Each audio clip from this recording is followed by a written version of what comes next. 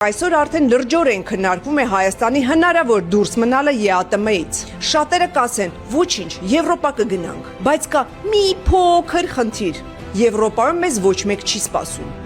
Ու այդ ժամանակ առաջանում է շատ պարզ հարց։ Եթե դուրս գանք մի միությունից ու չմտնենք մյուսը, ինչ է մնալու։ Մեզ մանրամասն բացատրել են, թե որտեղից պետք է դուրս գանք, բայց մոռացել են ասեն, ուր պետք է գնանք։ Սա մեզ ներկայացվում է որպես մեծ աշխարհաքաղաքական հաջողություն։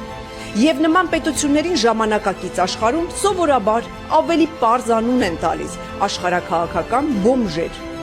Ամենատխուրը այն է, որ երկիրը հաճախ սկսում է նմանվել իր ղեկավարին, որովհետև երբ պետության ղեկին կանգնած է աշխարհաքաղաքական բոմժը, ով հերթով այրում է բոլոր կամուրջները ու փչացնում է հարաբերությունները բոլորի հետ, վաղ թե ուշ ամբողջ երկիրն էլ կարող է հայտնվել նույն կանգառում, առանց դաշնակիցների, առանց ռազմավարության եւ ճամպրուկը ձեռքին։